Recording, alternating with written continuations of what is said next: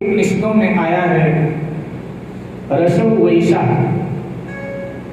अर्थात परमात्मा रस रूप है और उसी रस का बहुवचन है रास। रास लीला का अभिप्राय है विशुद्ध जीवात्मा का परमात्मा के साथ विलास ही रास है। अथवा और सरल करना चाहें तो अनंत अनंत जन्मों से पिछड़े हुए जीवात्माओं का एक साथ परमात्मा में विलय हो जाना, माने सिंधु का बिंदु में मिल जाना, इसी प्रक्रिया को श्रीमद् भागवत की भाषा में कहा गया है रास लीला। श्री सुखदेव जी महाराज वर्णन करते हैं, आज भगवान श्री हरि निकुंज में विराजमान है।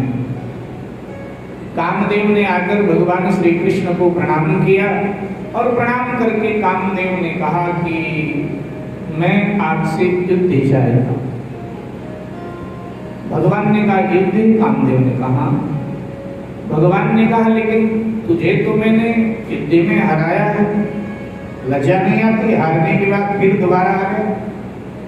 कामदेव ने कहा जी कब हराया?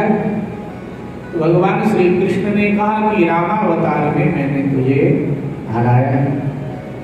कामदेव ने कहा रामावतार में तो आप मर्यादा पुरुषोत्तम थे, राम थे आप, और फिर वहां तो मुझे हारना ही था कि जहां राम तहां काम नहीं और जहां काम नहीं राम, रवि रजनी नहीं रह सके तुलसी एक ठाम।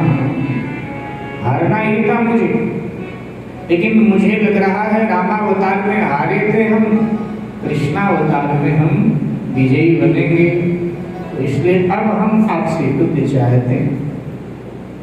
भगवान ने कहा अगर युद्ध चाहते हो तो युद्ध करो, तुम्हारा आमंत्रण स्वीकार हमें। तो कहा कि ऐसे नहीं करेंगे युद्ध आपसे। कैसे करोगे? तो कहा कि जिस समय आप स्त्रियों से घिरे हुए होंगे, उनके गले में गलबहियां डालकर नाच रहे होंगे, उस समय मैं आप पर आक्रमण करूंगा, मुझे लगता है विजय मुझे मिले। तो भगवान ने कहा ठीक है, उस दिन की प्रतीक्षा करो। कामदेव प्रतीक्षा करने लगा। इधर सुखदेव जी महाराज कहते हैं कि वो समय था। कौन सा समय? श्री सुखदेव जी बोले भगवान पिता रात्रि शरदोत फूल मल्लिका पीछे रंतु मनश्चक्रे योग माया मुपाश्रिता, ईश्वरन्तु मनश्चक्रे योग माया मुपाश्रिता।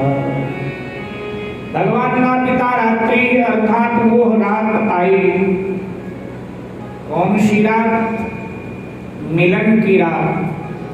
किनके मिलन की रात? जीवात्मा परमात्मा के मिलन की रात, माया ब्रह्म के मिलन की रात, भक्ति भगवान के मिलन की रात, गोपी कृष्ण के मिलन की रात, राधे श्याम के मिलन की रात, शरद पूर्णिमा की रात आ गई। चंद्रमा आज अपनी 16 कलाओं से उदित है। सुहावनी शरद पूर्णिमा की रात है। अच्छा, शरद पूर्णिमा की रात आज भी बड़ी सुहावनी होती। आकाश में तारेगण टिमटिमा रहे हैं, शीतल मंद सुगंध 3 प्रकार का पवन बह रहा है। रह रहकर पपीहे की ध्वनि सुनाई देती है, रह रह करके कोयल की कूक सुनाई दे रही है।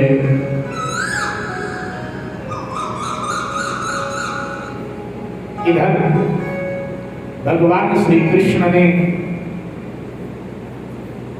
अपनी प्रहलादनी शक्ति का आश्रय लिया है, श्री राधा रानी का आश्रय लिया है और यमुना जी के पावन तट पर विशाल रास मंडप की रचना हो गई।